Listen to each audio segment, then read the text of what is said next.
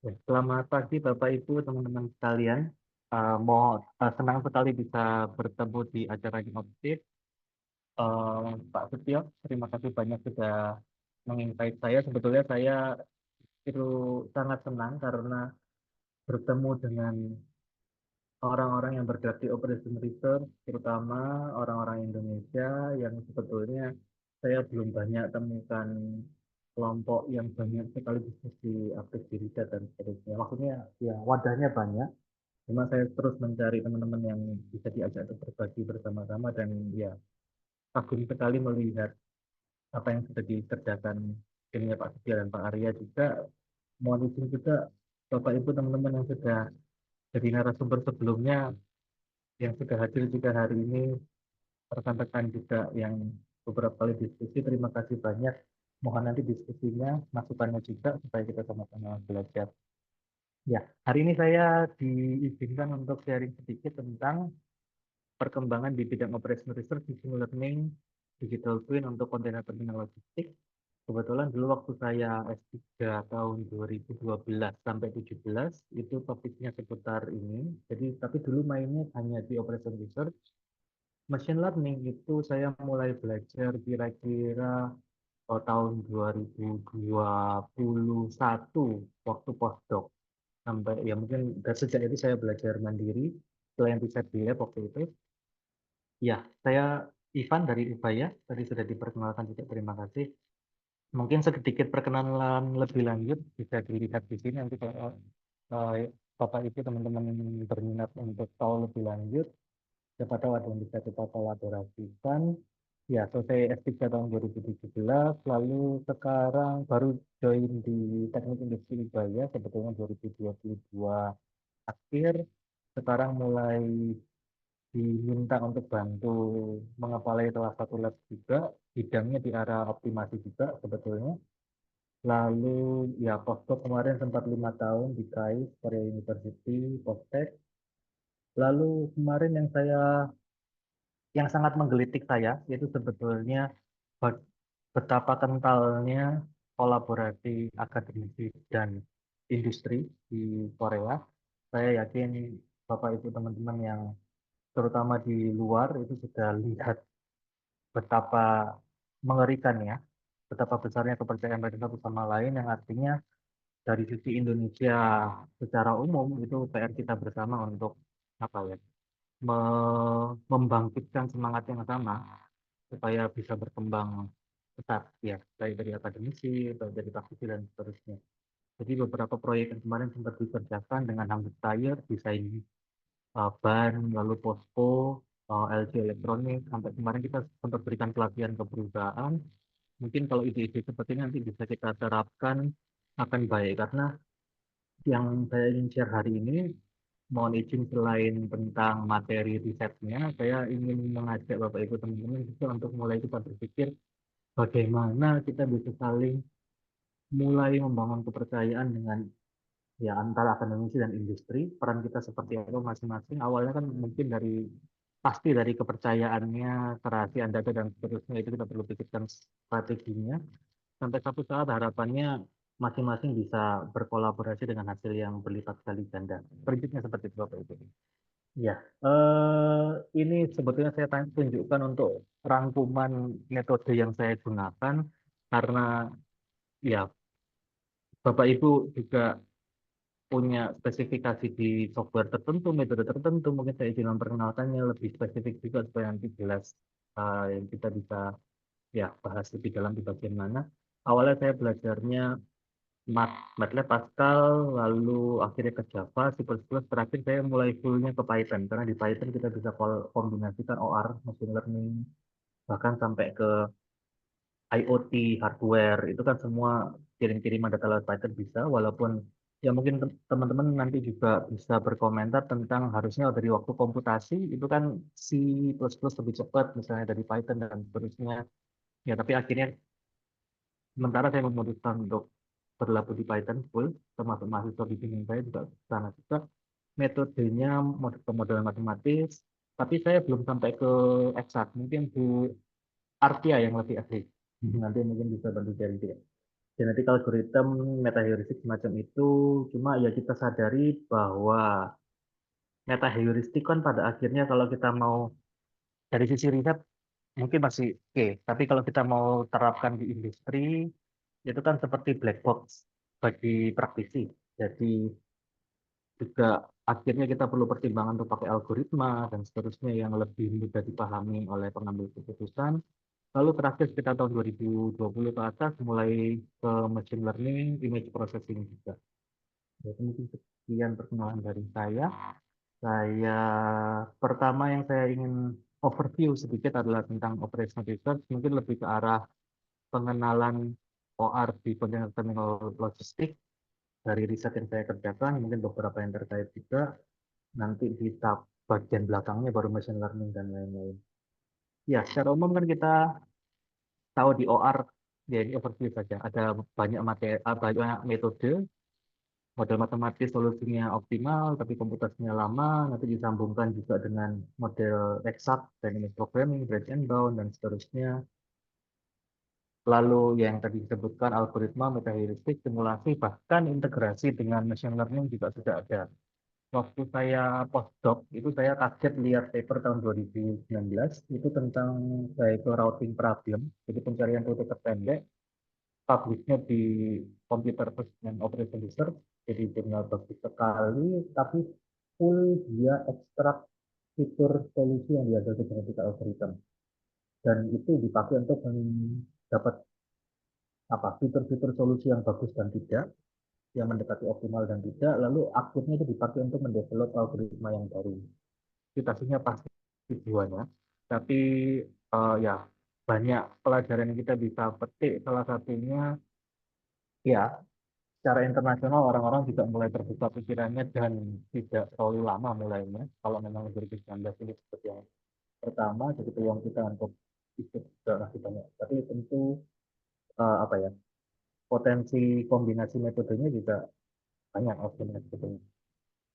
Ya, tentang ORP, Pengelola Terminal Logistik, ini kemarin di Korea kita diminta untuk bangun konsep terminal peti kemas yang alat angkutnya tidak pakai truk lagi. Kalau truk itu kan ada jalurnya, eh, prinsipnya kita harus bedakan area jalannya orang dengan area penumpukan kontainer, area geraknya truk, sehingga tidak bisa cepat-cepat, safety-nya perlu dilihat dan seterusnya, itu semua diganti otomatis. Caranya kita install rel di atas, relnya di atas itu dipakai untuk memindahkan kontainer dari penumpukan awal ke area seaside-nya, lalu ke atas kapal.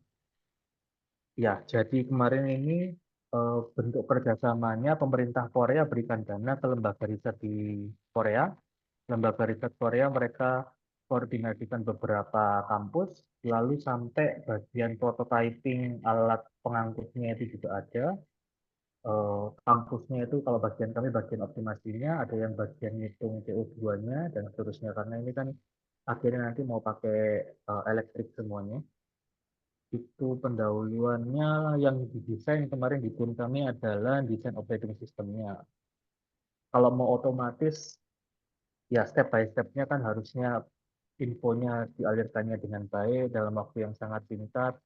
Kapan kira-kira kita men-trigger pengambilan keputusan apa, lebih ke arah situ. Lalu yang paling bawah nomor satu itu yang nomor satu dan nomor dua itu yang akan saya bahas sedikit. Nomor satu itu flow path network design. Intinya kalau di atasnya tumpukan kontainer kendaraan itu bisa lalu lalang di area yang merah itu kalau kita buatnya semua dua arah, maka nanti bisa macet karena satu mau masuk, satunya harus nunggu kalau dari arah sebaliknya.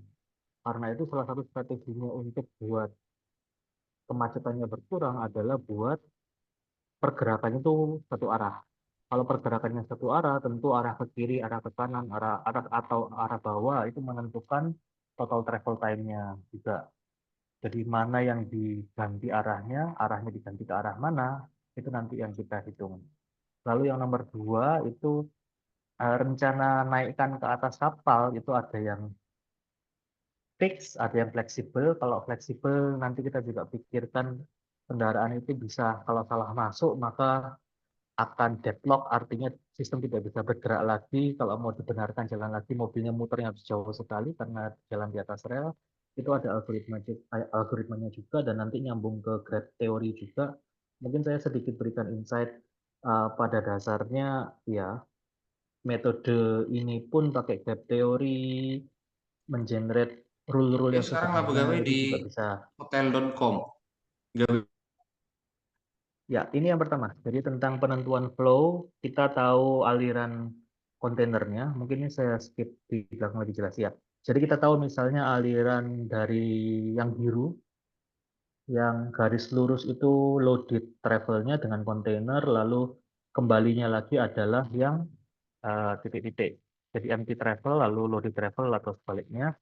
Jadi ada yang biru, ada yang merah, ada yang hijau. Harusnya kalau kita menentukan satu arah segmen itu akan mempengaruhi semua perpindahan.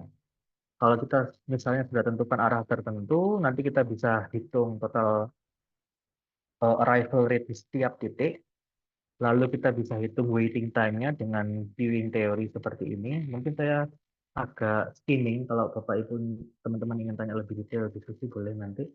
Jadi arrival rate-nya kita tahu, lalu service rate-nya juga kita tahu, lewat di situ perlu berapa lama, atau kalau mereka perlu ada operasi naik turunkan kontainer juga bisa dihitung. Waiting time-nya kalau kita sudah tahu juga nanti shortest path-nya bisa berubah karena awalnya tidak ada waiting time, kita hitung seperti ini, waiting time-nya muncul, shortest path-nya berubah, shortest path-nya berubah, maka kita bisa hitung lagi arrival rate yang baru, waiting time yang baru, kira-kira iteratif seperti itu sampai tidak berhenti lagi, berarti ya kira-kira kondisi realnya akan seperti itu waiting time-nya dan shortest path-nya kita akan tahu akhirnya. Yang kita bandingkan adalah algoritma dengan genetik algoritma yang kita buat dibandingkan dengan rules sederhana seperti ini. Dari sisi waktu komputasi pasti dari sisi kualitas solusi.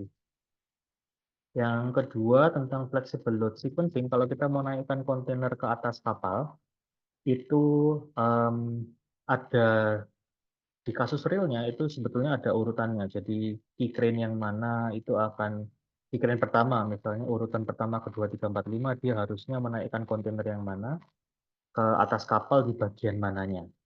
Jadi idealnya sudah ada list yang fix seperti itu. Nah, masalahnya seperti ini. Ketika misalnya tumpukan di kapalnya C, yang di sebelah kiri, C itu di bawahnya G harusnya. Tetapi ketika kontainernya datang di sebelah kanan, B-nya datang sebelum C, berarti B tidak bisa dinaikkan dulu. Karena posisi di kapalnya harusnya C masuk dulu.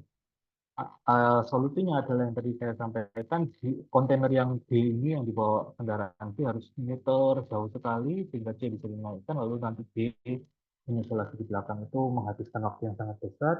Nah, ini definisinya disebutkan sebagai deadlock.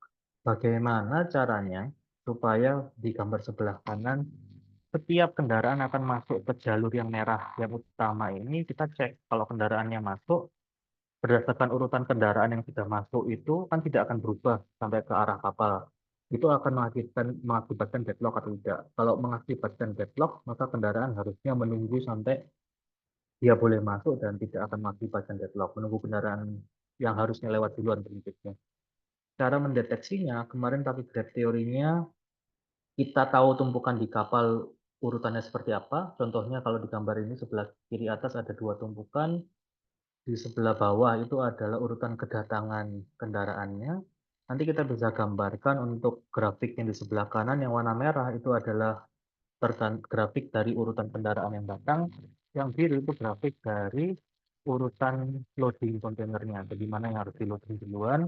Dari yang merah dan biru nanti kita bisa cari ya ada metodenya untuk kita cari yang warna hijau. Jadi prinsipnya kalau ada garisnya lebih besar dari angka sekian, maka mengakibatkan deadlock.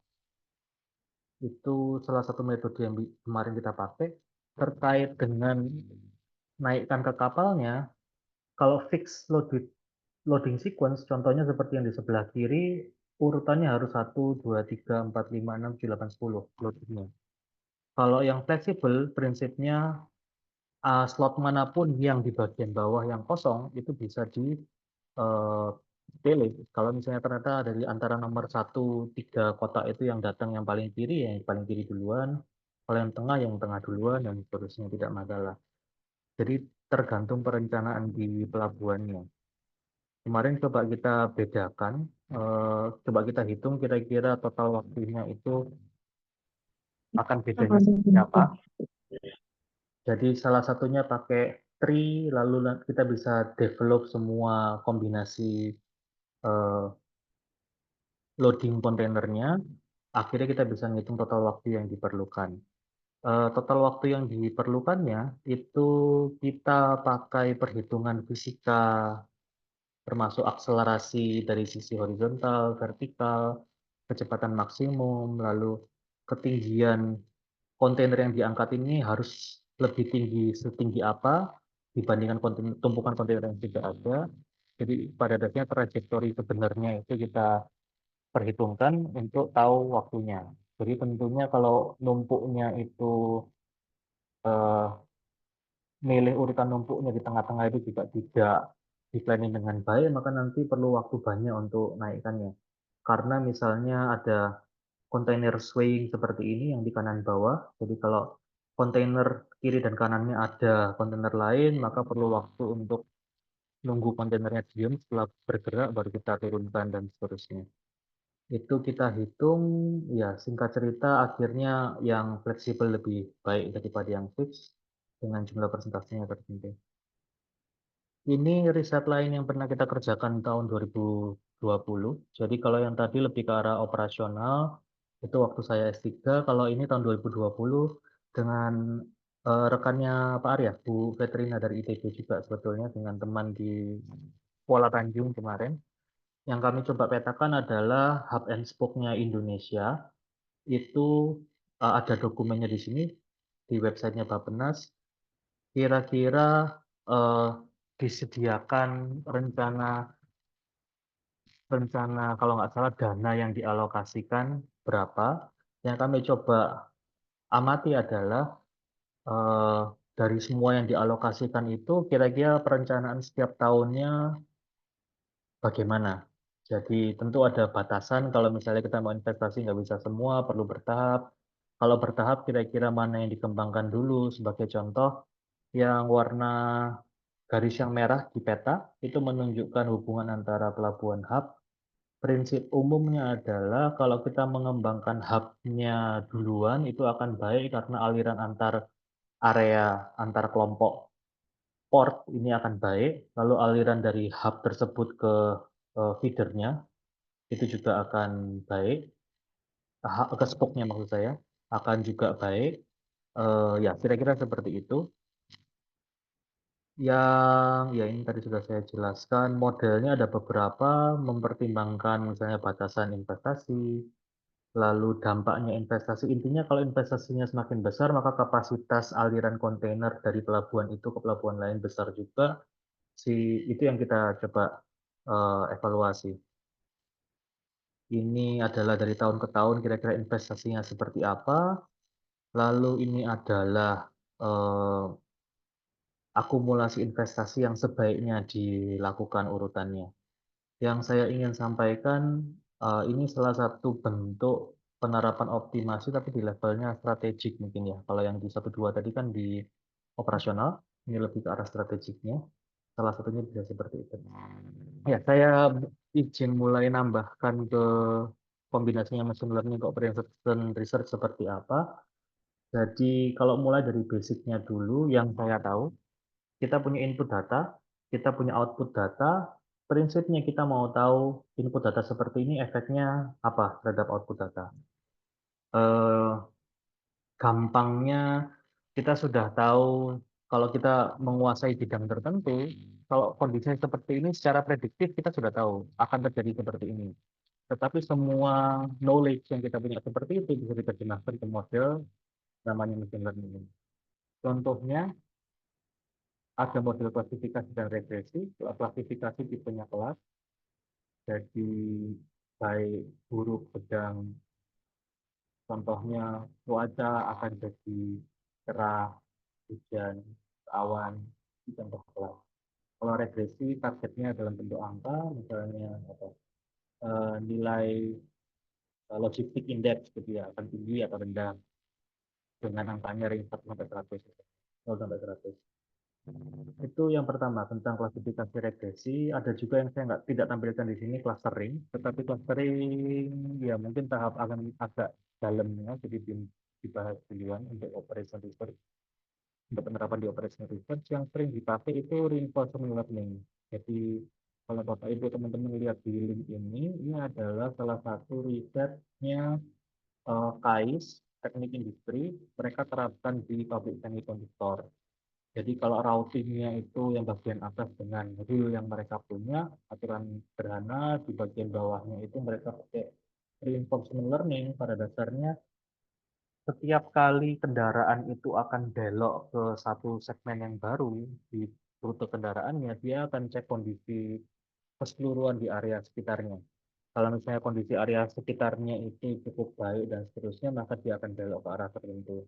Jadi seperti kalau bahasa sederhananya kalau saya bilangnya sebetulnya base-nya dari dynamic programming, tetapi bisa dibilang lebih ke arah myopicnya juga. Jadi step by step dia akan cari kondisi terbaik, tetapi kondisi terbaiknya tidak hanya beberapa satu step ke depan, tapi beberapa step ke depan. Kira-kira seperti itu juga banyak sekali diterapkan sebetulnya untuk OR pakai reinforcement learning. Berarti kan tipenya karakteristik yang online online scheduling, online routing, dan seterusnya yang real time. Ya, kalau kita bicara tentang machine learning, tentu startnya kan dari industri 4.0, karena kita punya uh, big data yang sangat besar. Big data itu artinya setengah jam yang lalu dengan yang sekarang pun sudah berbeda. Kalau kita ngambil keputusannya setengah jam yang lalu, bisa jadi perubahan data sensitif, sehingga sekarang kita ambil keputusan sudah akan beda sekali. Salah satu yang dituntut sebetulnya adalah baik dari sisi machine learning-nya maupun dari OR-nya tentu waktu komputasi yang pendek, tapi waktu komputasi yang pendek pun tetap bisa menghasilkan solusi yang cukup baik. Ini beberapa yang pernah diterapkan di luar tentang smartphone. Jadi ya ini beberapa mungkin tidak langsung terkait dengan OR, observasi dengan menggunakan drone. Intinya penerapan drone. Lalu eh, kendaraan otomatis juga yang di dalam laut. Ini big data bisa dipakai untuk prediksi kargo macam-macam. Nanti saya tunjukkan frameworknya yang sepertinya ada di bawah. Jadi salah satunya kalau kita bisa prediksi kondisinya kargo seperti apa, misalnya bisa dijadwalkan akan datang jam 10 jam lagi. Tapi based on data yang kita sudah tahu, faktornya ini, maka kalau kita diprediksi dengan machine learning, outputnya dia akan melesetnya sejam lebih awal daripada 10 jam lagi. Itu bisa diprediksi, nantinya itu dia akan dipakai untuk inputnya operation system kita ya. Berarti kalau cara yang seperti itu kan machine learning di cloud sendiri, prediksi input datanya OR baru kita running. Salah satunya seperti itu. Lalu di smartphone ini mereka juga mengubah layoutnya terminal secara dynamic, itu juga bisa dilakukan karena data. Lalu tracking kontainer ini apa digital document ini mungkin lebih ke arah teknis ya. Nah, ini predicting truck terminal around time. Jadi kalau kita punya data truk selama ini masuk di terminal, harusnya dia kan semakin pendek semakin bagus. Jadi waktunya dia stay di terminal semakin pendek semakin bagus. Selama ini kalau misalnya di proses tertentu waktunya lama, lalu tracking company-nya jenisnya apa, maka nanti prediksinya dia turnaround time-nya atau lama dia ada di terminal selama apa. Itu bisa diprediksi. Kalau kita kombinasikan secara real time dengan OR-nya kita, tentu hasil prediksinya bisa lebih akurat karena input datanya kita selalu sesuaikan dengan kondisi real.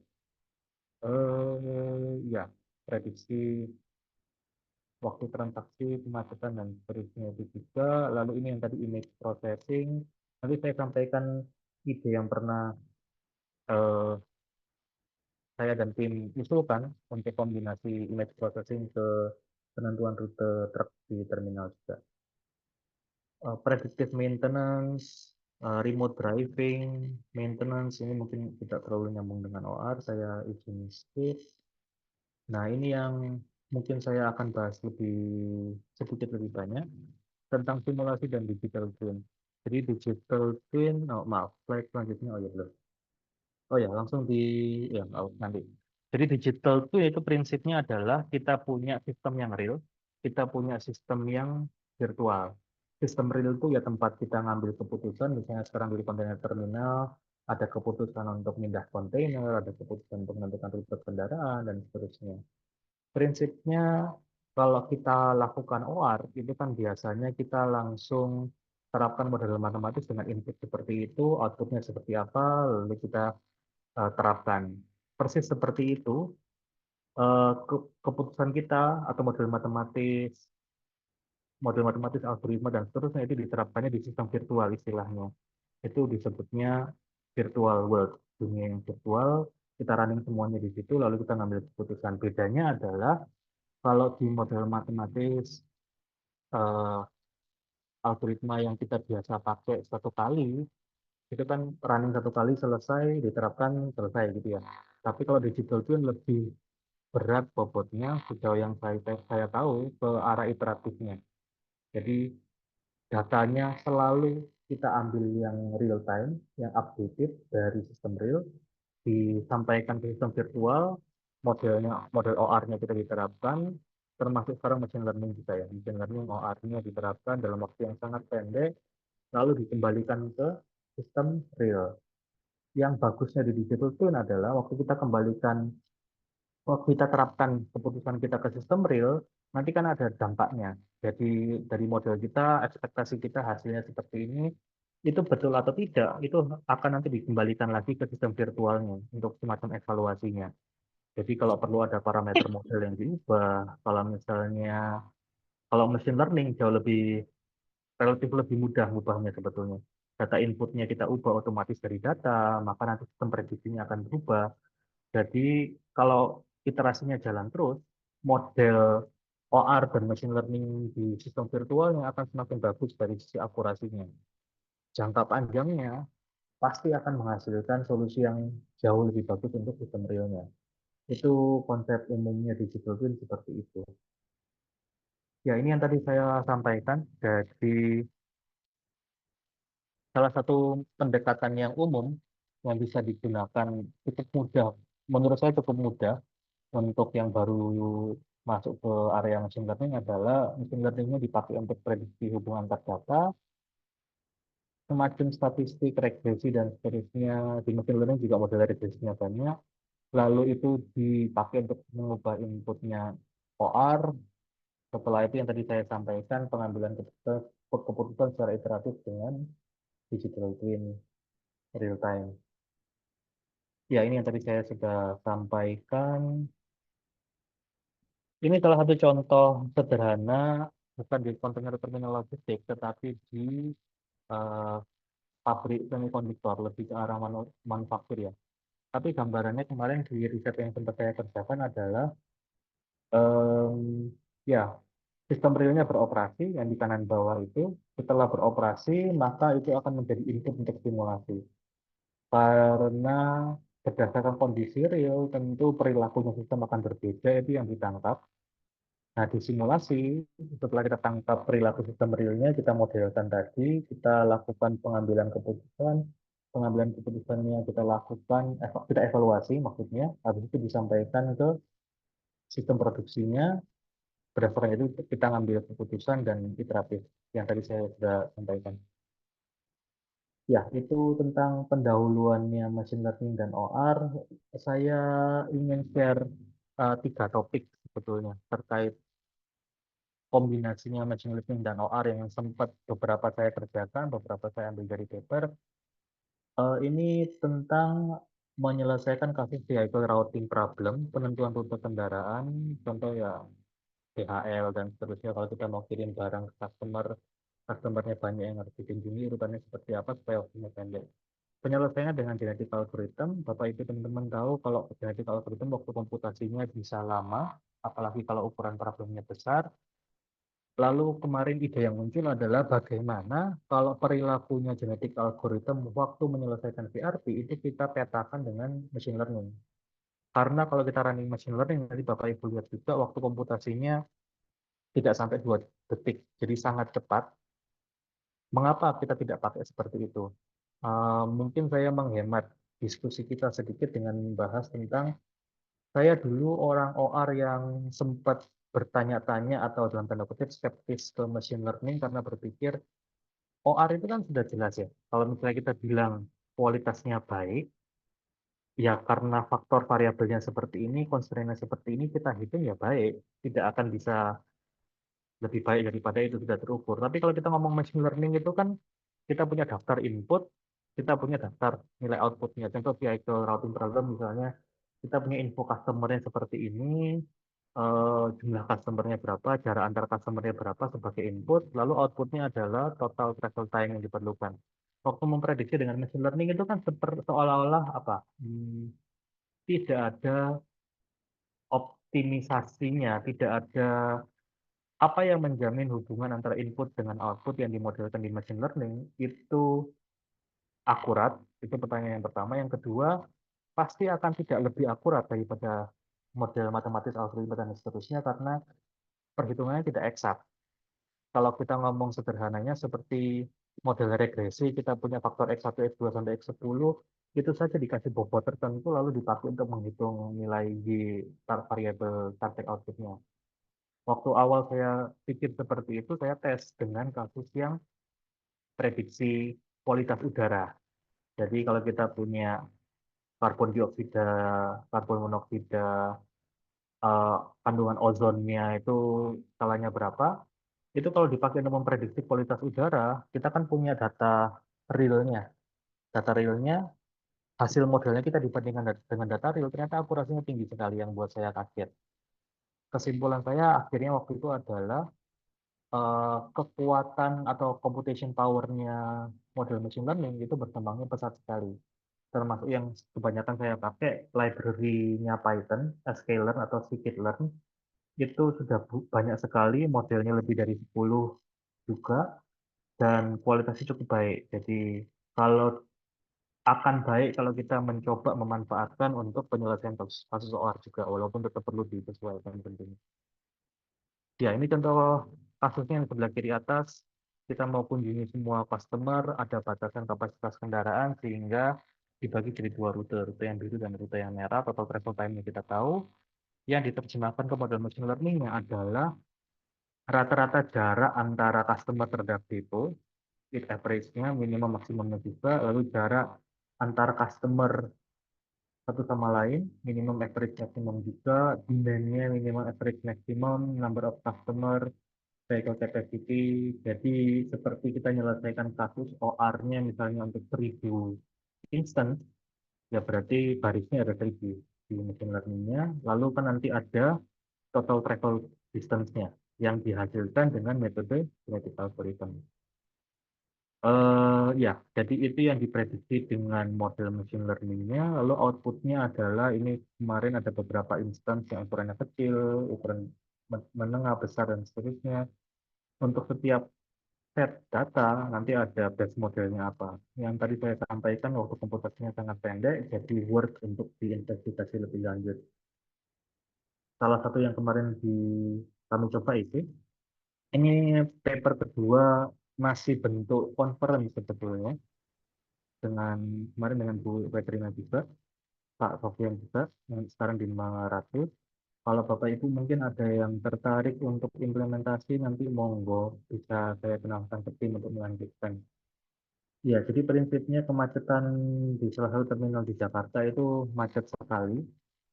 Ini di area penumpukan kontainernya, ini di area sebelum masuk ke gerbangnya. Masalahnya kita perlu tahu macetnya di area mana. Yang kita manfaatkan adalah datanya CCTV. Jadi CCTV ini dipakai untuk memfoto atau merekam secara online kondisi terminal di banyak titik-titik yang penting. Nanti kita bisa kumpulkan datanya semua, bisa diamati secara real juga, akhirnya bisa dipakai untuk pengambilan keputusan real time untuk manajemen kemacetan, misalnya mengganti rute truk Lalu alarm ketika kondisinya seperti ini pasti nanti akan jadi macet sehingga titik tertentu itu perlu diselesaikan dulu kemacetannya dan seterusnya. Idenya adalah kalau kita punya warna kuning ini lokasi CCTV penempatannya di sini, lalu yang oranye ini untuk ya kamera OCR ini mungkin kita abaikan dulu sementara, ada data RFID juga. Prinsipnya kalau kita lihat yang CCTV saja warna kuning, ini kita tempatkan di area-area penting seperti simpulnya pergerakan truk. Kalau sampai ke titik CCTV tertentu, nanti dia akan memilih akan lurus atau akan ke kanan atau dia akan stay di jalan menunggu.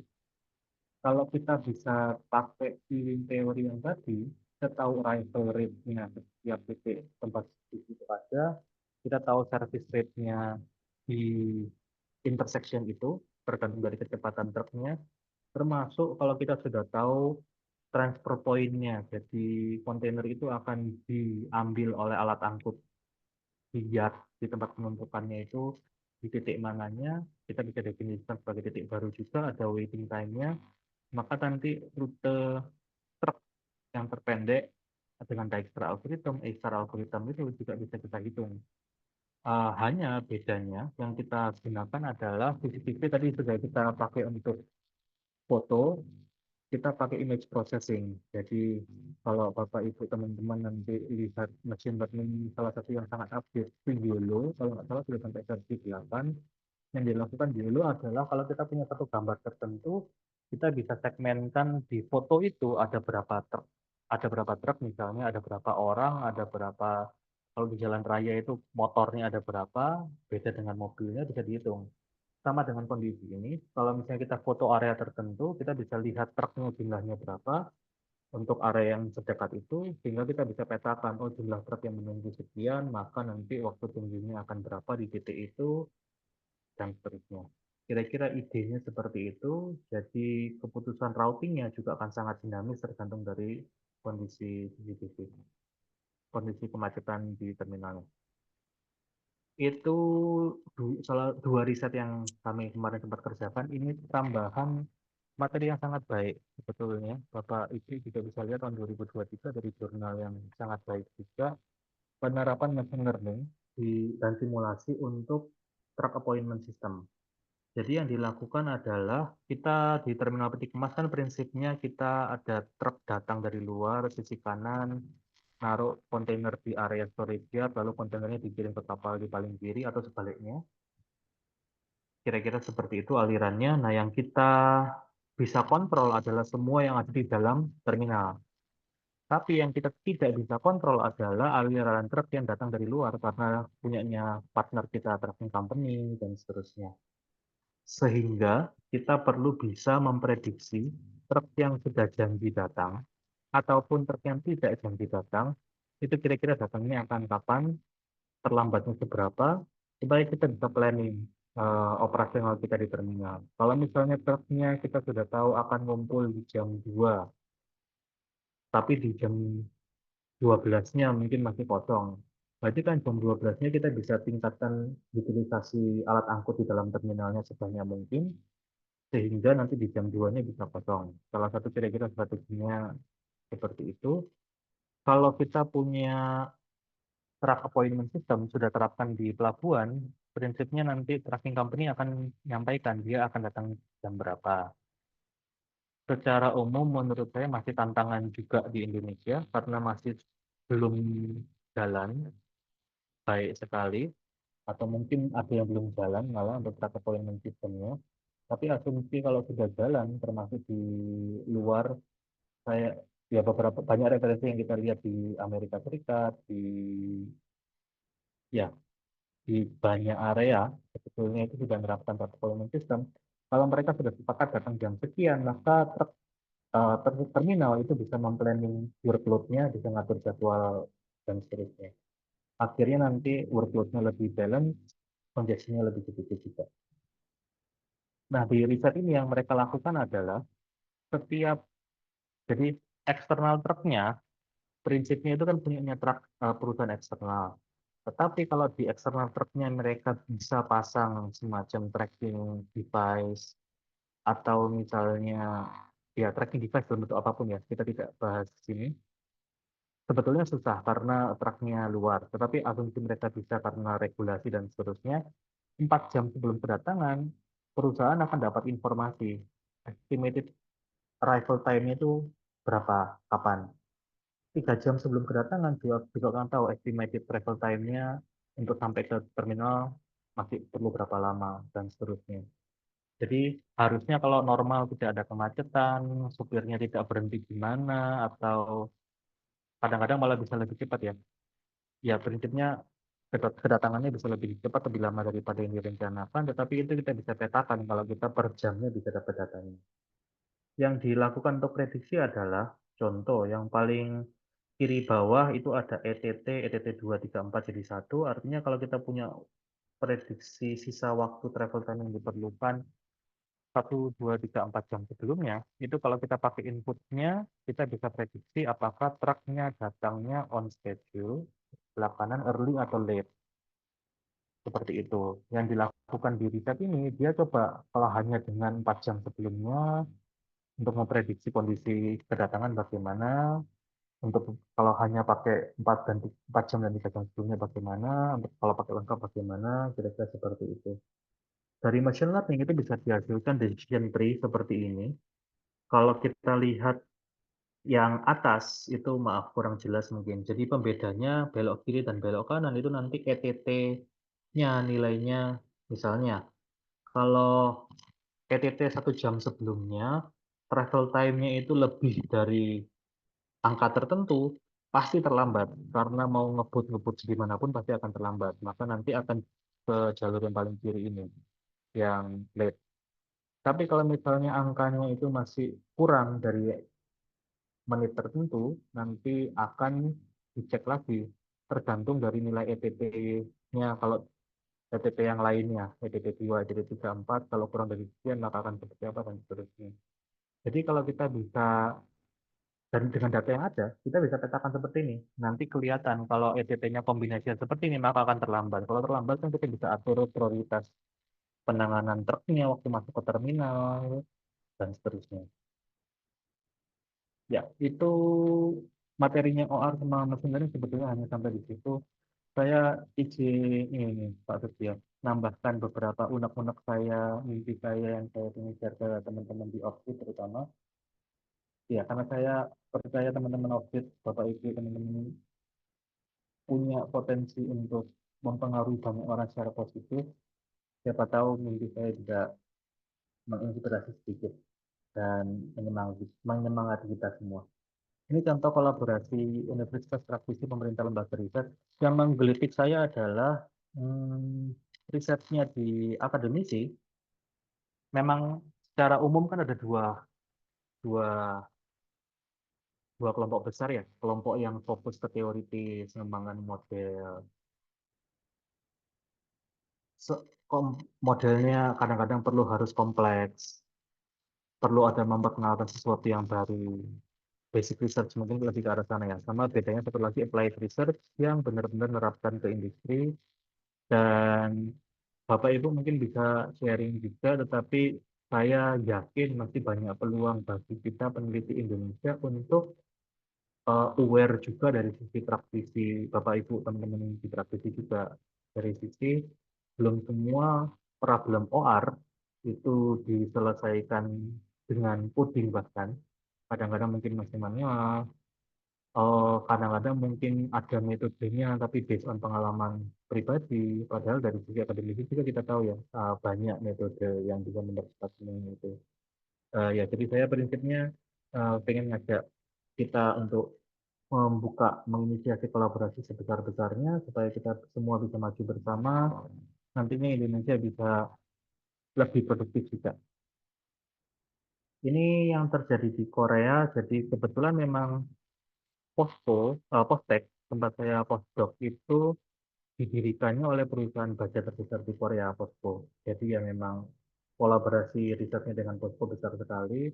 Tapi ya mungkin Bapak Ibu teman-teman yang belum paham sebetulnya industri di Korea itu mereka gelontorkan dana besar sekali untuk biayai mahasiswa S2, S3 misalnya yang riset, menyelesaikan masalah industri, timbal baliknya mahasiswa S2 S3 mereka harus menghasilkan coding perhitungan yang diterapkan di industri. Kemarin salah satu kasus yang ekstrim adalah meng, dalam tanda kutip hanya menentukan rute kapal, tetapi penghematannya jutaan won, sehingga ya dana itu kan bisa dipakai untuk alokasi investasi.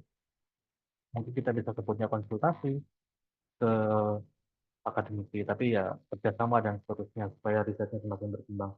Kemarin Postek itu juga dengan H2 Korea yang bangun eh, stasiun hidrogen untuk 3 tahun ke depan, Hyundai juga dan seterusnya.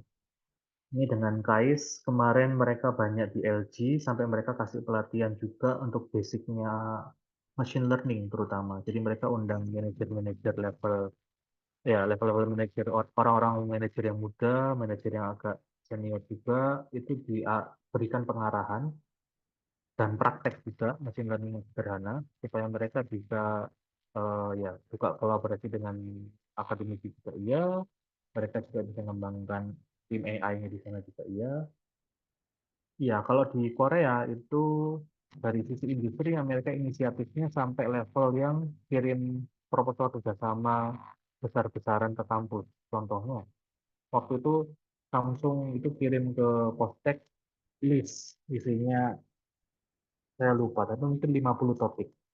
50 topik dengan dana yang mereka sediakan berapa, perlunya kompetensi timnya seperti apa, lalu jangka waktunya perlunya seperti berapa lama, output yang diharapkan apa. Ya, jadi saya sangat kagum dengan kepercayaan mereka yang besar sebetulnya. Lalu ya salah satu yang lain, H2 Korea kemarin datang langsung ke Prospek, bilang saya dengar Prof sangat pengalaman, saya mau riset bareng gitu ya. Kalau di akademisi, ya mereka punya kolaborasi jangka panjang termasuk sampai bangun senternya perusahaan yang bersangkutan di kampusnya. Salah satu contoh yang mengejutkan dan contoh yang baik adalah di KAIS itu pabrik semikonduktor yang isinya harusnya saya kurang tahu 10.000 atau 1.000 kendaraan yang jalan di atas rel itu empat tiga tiga barang yang kecil contohnya itu dipasang di kampus yang mahasiswa bisa lihat adalah eh, sejujurnya memang kalau kita hanya main di bagian OR pemodelan datanya sudah jadi lalu sampai outputnya keluar di eh, Excel dimanapun tinggal diterapkan itu kan sisi yang sangat-sangat soft ya. Tapi mahasiswa di KAIS yang teknik industri sampai mereka belajar ke troubleshooting mesinnya juga. Dalam artian mereka paham perilaku mesinnya ketika diarahkan seperti ini, apakah memungkinkan atau enggak beloknya, masalah perhitungan waktu juga lebih akurat. Tapi mereka juga sampai sentuh data-data semua yang ada di mesinnya alat angkut semikonduktor itu seperti apa. Akhirnya mereka bisa combine OR sama machine learning-nya untuk menentukan rute kendaraan dan seterusnya. Jadi mereka sudah banyak main ke hard juga. Kalau dari pendapat saya pribadi memang pada akhirnya penerapan akses ke IoT-nya, hardware-nya memang kita bisa kolaborasi antar antar ini ya, antar departemen tentunya elektro dan seterusnya. Tetapi ada baiknya ketika base-nya orang-orang OR juga mereka mulai paham ke arah sana gitu supaya tahu potensi pengembangan dari sisi OR-nya seperti apa ya. Jadi bangun jembatan sedikit tapi dari sisi OR-nya supaya nanti waktu diterapkan untuk penyelesaian kasus real tidak akan terlalu sulit. Ya lalu akademisi menyampaikan pelatihan ke industri dari SISDA, ya lalu kemarin salah satu proyek yang kami kerjakan codingnya sudah jadi selama 4 bulanan, 2 bulan sisanya full hanya untuk tes coding yang kita buat di Hanguk Tire. Jadi diskusi codingnya ini dijalankan errornya begini diapakan. Dan yang menarik kemarin adalah saya senang sekali karena kadang-kadang ya namanya industri juga bisnis, akademisi sebetulnya universitas juga bisnis ya kalau kita lihat dalam satu sisi. Tapi kadang-kadang industri tidak bisa berikan data lengkap. Kemarin kami dapat hanya 5 sampai 10 data untuk optimasi based on machine learning. itu yang kami pakai untuk develop algoritma genetik algoritmnya. Nah, nanti itu yang kami kirimkan codingnya ke perusahaan. Lalu perusahaan mereka, karena yang menyiapkan input adalah tim perusahaan juga, mereka testing dengan inputnya mereka yang banyak sekali di perusahaan. Ketika nanti ada hasil yang tidak tepat, mereka tinggal kirim sampel data yang tidak jalan itu ke kita. Jadi dari satu sisi kerahasiaan data dari sisi industrinya juga tidak masalah, hasil risetnya akademisi juga bisa dipakai untuk untuk memperbaiki sistemnya di industri dan seterusnya. Dan itu yang sebetulnya saya dan teman-teman mahasiswa beberapa sedang lakukan. Eh, Riset saya tetap PR dan machine learning. Ketika kita ke perusahaan, mereka benar-benar punya masalah real tentang penjualan dan seterusnya, tidak bisa share data. Yang kami tawarkan seperti itu. Salah satunya yang kami berusaha lakukan, kita generate data, tetapi dengan karakteristik yang divalidasi oleh perusahaan. Kita buat model based on data yang kita buat, tapi codingnya kita bisa baca Excel, format input Excel tertentu. Nanti format input Excel-nya kalau diganti oleh perusahaan, codingnya bisa menyesuaikan secara dinamis dan fleksibel untuk data tersebut sehingga nanti bisa dipakai oleh industri. Ya harapannya jangka panjangnya sepertinya semakin besar dan kita bisa lebih saling ini ya mengembangkan memperbaiki kondisi satu sama lainnya dari sisi akademisi kualitas riset yang selalu menyelesaikan kasus di praktisi juga baik, praktisi juga dapat pembandingan dari hasilnya. Apa ya lembaga risetnya tadi yang saya sampaikan ada beberapa pendanaan yang hanya diberikan kalau industri kerjasama dengan universitas salah satunya. Iya, ini tadi saya sudah sampaikan kalau potensi, iya,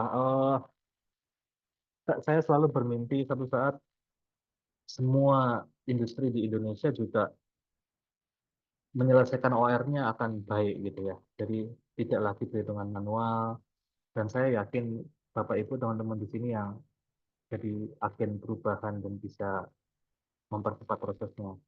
Jadi kalau tidak manual kan minimasi error, hemat waktu, termasuk ini skema untuk pelatihan ke perusahaannya juga. Eh, Bu Artia juga mungkin banyak pengalaman gitu. Tapi prinsipnya kita membuka wawasan sama-sama juga bahwa akademisi juga bisa kontribusi besar gitu ya ke praktisi. Pemetaan topik potensial OR dan machine learning, kasus real maksud saya, sebetulnya kalau kita lihat kasus real apapun, prinsipnya kan tidak ada masalah yang tidak bisa dimodelkan ya. Kalau OR, asal OR-nya bisa minimasi maksimalasi, machine learning bisa prediksi output, jadi hanya masalahnya butuh waktu saja untuk kita mendengarkan. Kalau kita kunjungan ke pabrik itu biasanya mereka masalahnya benar-benarnya apa, pasti akan ada solusi yang kita tawarkan. Jadi penggabungan kekuatan tim yang bisa dilakukan ya pemahaman kasus real dari praktisi, penguasaan metode dari akademisi, termasuk coding, pemberian konsultasi dan seterusnya. Tantangan atau peluangnya ini satu sisi yang buat saya sedih, bisa dibilang seperti itu karena buat saya orang-orang Indonesia yang bekerja di banyak, orang-orang yang ahli OR juga Bapak Ibu teman-teman juga termasuk banyak sekali, tetapi software dan hardware untuk optimasi OR untuk jutaan besar bahkan di level nasional pun besar-besaran juga ada yang masih impor.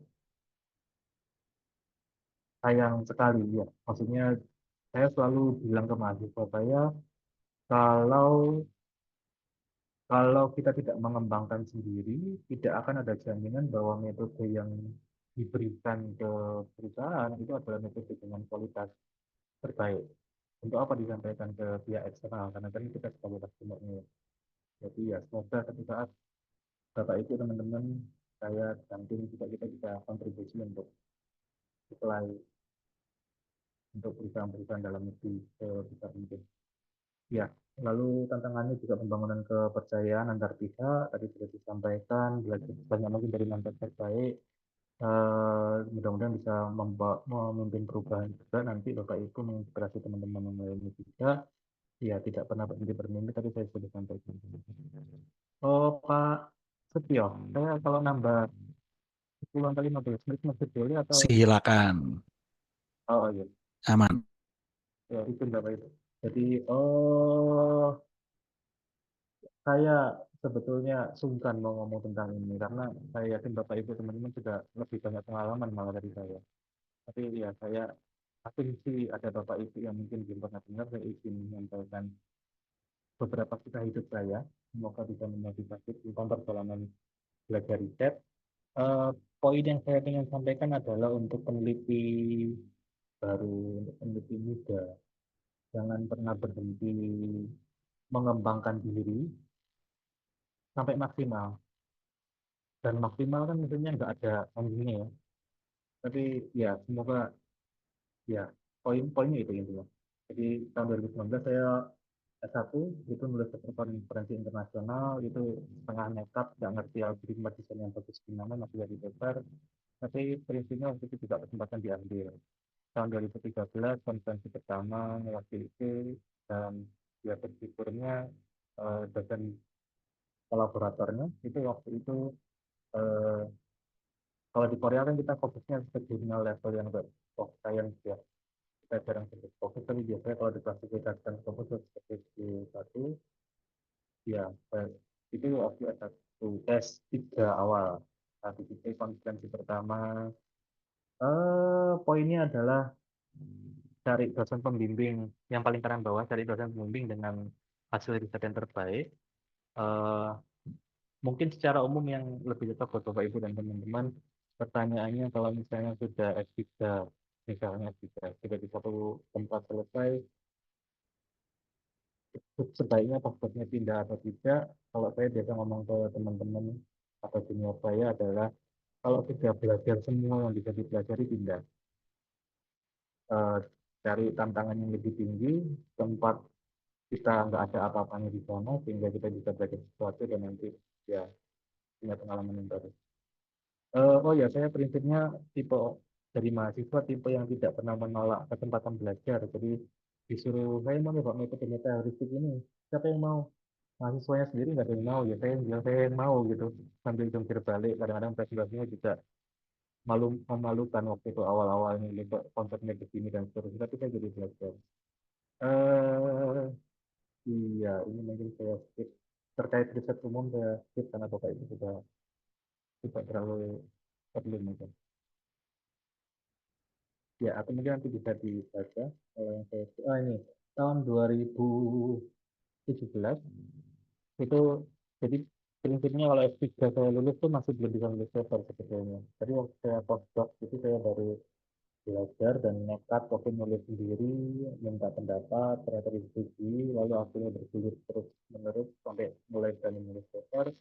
Tahun 2018 saya nekat untuk coba kolaborasi dengan industri. Kadang-kadang kalau kolaborasi awal dengan industri pasti desainnya ngawur dalam tanda kutip ya, karena memahami kebutuhannya mereka belum baik, metode saya yang sesuaikan dengan kebutuhannya perusahaan juga nggak baik ya. Tapi anyway, tahun 2018 saya pertama kali coba, lalu iya prinsipnya perlu buat target riset yang semakin meningkat ya. Iya, ini saya skip juga, cari komunitas yang baik, yang kiri atas seperti Optif. Optif waktu tahun 2020 saya pertama nekat ikut konferensi iForce saya sendiri. Waktu saya ikut konferensi itu saya kaget sekali, saya baru pertama kali nyoba machine learning untuk menjadi konduktor.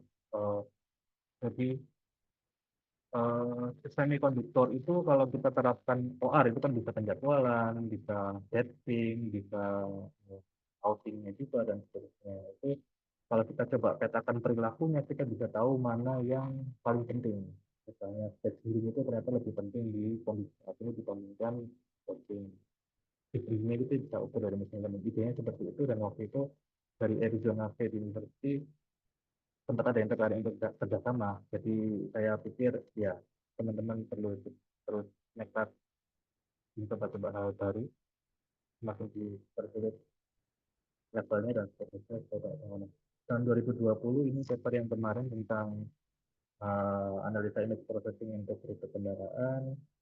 Lalu iya, selebihnya saya rasa Bapak Ibu sudah paham.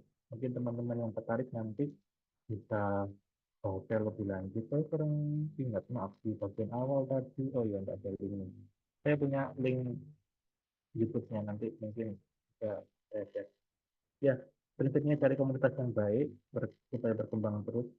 Eh, yang di tengah atas itu sebelah kirinya adalah Profesor Indonesia, eh, yang di Korea, jadi profesor yang sudah banyak pengalaman brandnya juga. Jadi saya ingat nama ke Korea yang belikan saya ex alpukat.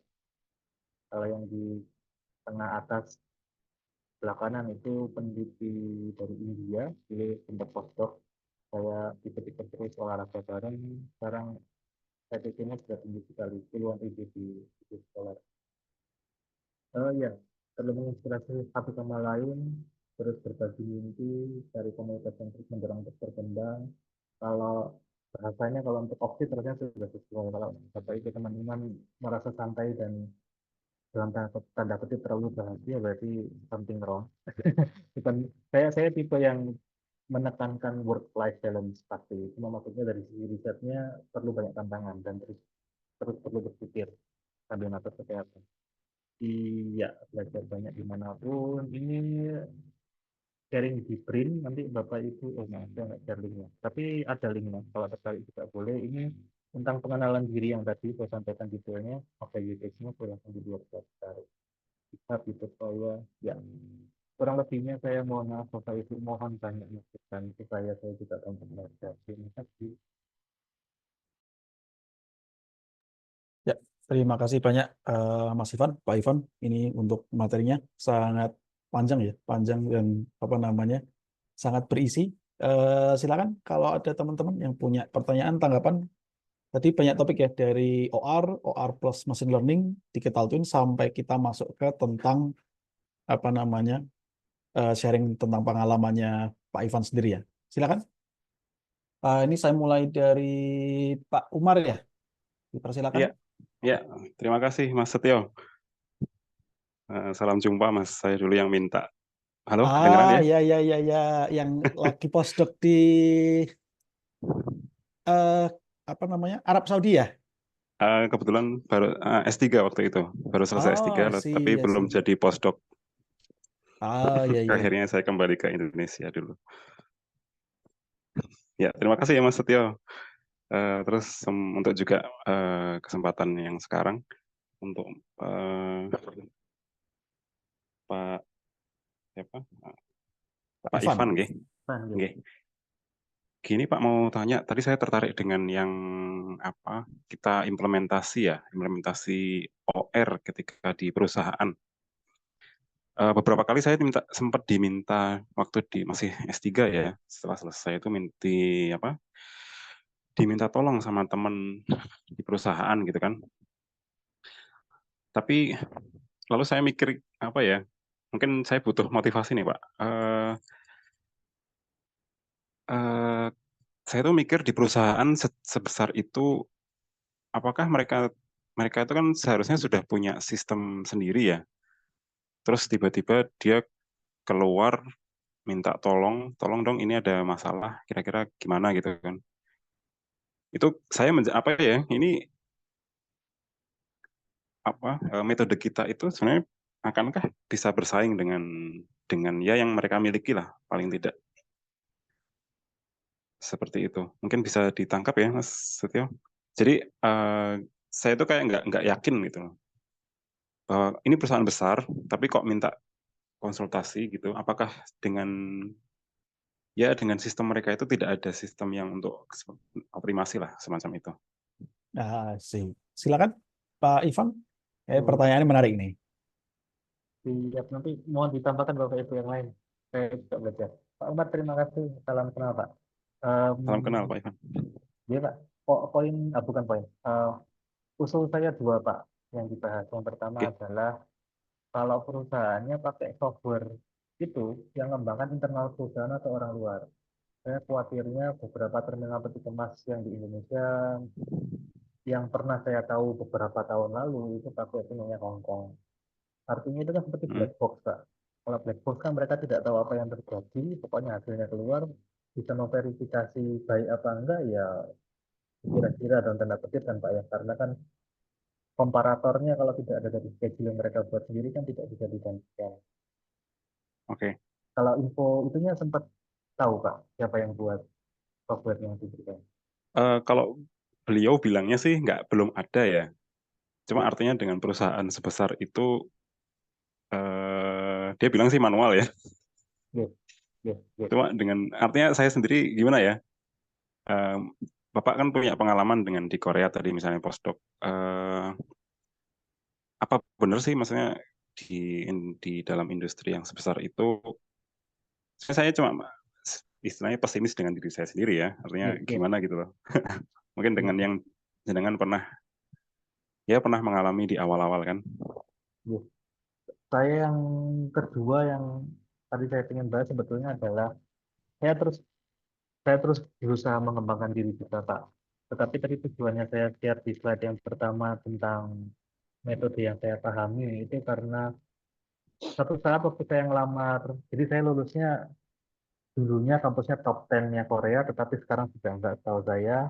Waktu saya postdoc itu bersyukurnya diberi kesempatan di top 3 sampai 5 Korea, Pak. Satu saat yang buat beliau tertarik untuk hire saya itu ketika di kampus yang terakhir saya itu kan beliaunya lulusan MIT, Pak. Jadi saya juga wah ini apa jaminannya akan terima saya untuk apa gitu siapa saya. Tapi yang menyentuh hati beliau salah satunya setahu saya adalah saya sampaikan 3 tahun pertama saya postdoc itu saya belajar C++ pertama kali metode metaheuristik ini. Lalu postdoc yang terakhir saya belajarnya metode ini waktu itu quantum computing Pak. Metodenya ini dengan algoritma ini. Itu mulai ke Python. Jadi beliau sangat menghargai kemauan dan kemampuan kita untuk belajar hal baru karena ada buktinya. Itu yang kemarin dari saya. Nah, saya rasa itu yang ternyata jadi nilai sangat positif buat saya ketika ke industri karena waktu kita di KAIS pun misalnya kebetulan kalau saya masuk kan tetap bawahannya Prof. Gitu, Pak. Jadi kalau Prof Hmm. bilang ya kita nyelesaikannya dengan genetik algorithm dan Python ya gitu. Nah, saya itu membayangkan ketika kalau saya waktu itu jawabnya saya tidak bisa dan tidak tahu. Itu kan berarti apa kontraknya tidak diperpanjang alamat gitu Pak ya. Jadi Ya. salah satu yang membuat saya senang dan kalau boleh mengulang waktu akan saya ulang adalah belajar metode baru rutin setiap tahun, setiap 2 tahun dan menghasilkan publikasi. Metode termasuk coding, Mbak. Supaya nanti Hmm. ketika kita kolaborasi diminta ke sini ke sana itu banyak potensinya. Termasuk kalau tadi OR kan kita ngomong model matematis, algoritma, eh, ya rule, suatu processing time dan seterusnya. Kalau kita minimal menguasai 3 metode itu dalam meta heuristik misalnya, perusahaan minta apapun harusnya kita cukup bisa beri kontribusi. Itu yang salah satunya membuat saya tidak tidak terlalu khawatir dalam tanda kutip ketika ketemu perusahaan karena waktu saya ketemu perusahaan kan niatnya kita membangun trust Pak dan perlu Ya. waktu. Salah satu yang saya sampaikan adalah saya dan tim mahasiswa saya kita menguasai semua metode ini. Bapak perlu apapun kita akan berikan. Belak-belakannya ngomongnya begitu. Tapi Pak di belakang layar itu sebetulnya begini. Kalau perusahaan bilang, oh saya hanya maunya metode ini, kamu bisa nggak? Kalau mentok di situ ya saya akan bilang ya mungkin kita belum sesuai, lebih mungkin kita belum jodoh. Atau kalau saya bisa investasi sesuatu ya saya belajar. Tapi yang nggak tahu itu maaf muter-muter. Itu kok menjawab Pak Umar? Iya, menjawab sebagian. Cuma saya ini apa Pak? Ketika kita ngomong gitu kan ya, lalu kan ada ekspektasi dari Betul, perusahaan gitu. betul. Nah, itu trust itu Yes, yang yes, gimana ya? Artinya yes, saya sendiri kurang yes, percaya diri. Maksudnya, yes, oke saya kerjakan gitu kan. yes, yes, yes. Tapi nanti ketika hasilnya, kadang kan mereka juga ya oke aja. Ternyata Yes. hasilnya sebenarnya nggak bagus gitu kan. Kalau saya di awal ngomong belak-belakan Pak, karena saya selalu mikirnya begini supaya saya nggak deg-degan. Niat saya kan baik Pak, apalagi kalau ya kita ngomong belak-belakannya jalan kerjasama tidak lewat konsultasi, artinya apapun yang bahkan kalau di tim kita sekarang sedang coding apapun yang kita hasilkan akan diberikan secara cuma-cuma. Masih di level yang itu, Pak. Artinya kan niat kita baik, sehingga Kalau ternyata gagal nanti ya dengan bahasa yang sopan juga tidak akan masalah. Bukan bukan berarti memberikan risiko ke perusahaan, tetapi saya biasanya bilangnya gini, Pak. Kemampuan saya ini dan saya sudah menghasilkan ini. Bapak mintanya apa? Nanti mari kita jajaki, kita jalani. Tapi kalau di tengah-tengah ternyata tidak cocok, silakan bilang ke saya kapanpun. Saya tipenya begitu kemarin. Jadi kita coba jajaki dulu, jalan, dan kira-kira kan biasanya saya tahu kemampuan saya, Pak. Kalau ekspektasinya Ya. mereka begitu dan saya tidak bisa, ya saya langsung akan cut biasanya di awal. Saya belum bisa, mungkin untuk evaluasi internal saya harus berbenah, mungkin 2-3 tahun lagi saya kontak beliau. Tapi kalau tidak jelas, saya jalan dulu, Pak. Selama saya yakin bisa deliver, nanti kalau ternyata di belakang ada apa, saya bilang juga di awal. Karena saya juga belajar, silahkan dikritisi. Kalau ada yang lebih baik juga monggo, gitu. Dan itu maksudnya sudah dengan istilahnya apa ya? Kan kerja ya, kadang mereka juga minta, oh ya Tuh. berapa ini gitu loh. Kalau saya Gimana Uh, maksudnya pengalaman? saya belum sampai ke sana, Pak. Jadi kalau saya buka kartu sebetulnya, menurut saya trustnya belum besar industri sama akademisi. Jadi kita perlu proyek percontohan yang menunjukkan bahwa misalnya timnya akademisi dengan perusahaan-perusahaan besar itu mereka bisa saling percaya dan saling menyelesaikan masalah bersama-sama. Nanti ke belakang itu urusan belakangan, Pak. Karena kan misalnya nanti Hmm. sudah jalan proyeknya misalnya 20 dengan kita menyelesaikan kasus real industri perusahaan besar, akhirnya nanti kalau nyambung ke manajemen waktu kita yang terbatas dan seterusnya sampai akhirnya perlu konsultasi dan seterusnya itu kan dibahas belakangan jangka panjangnya nanti. Tapi saya belum sampai ke level situ intinya, Pak. Oh iya, nggak artinya karena seringnya temen yang di sana kan ya temen juga, cuma kan mereka juga Iya, langsung ditembak di depan. Ini iya, gimana ini nanti kesepakatan dengan gini-gini. iya, Pak.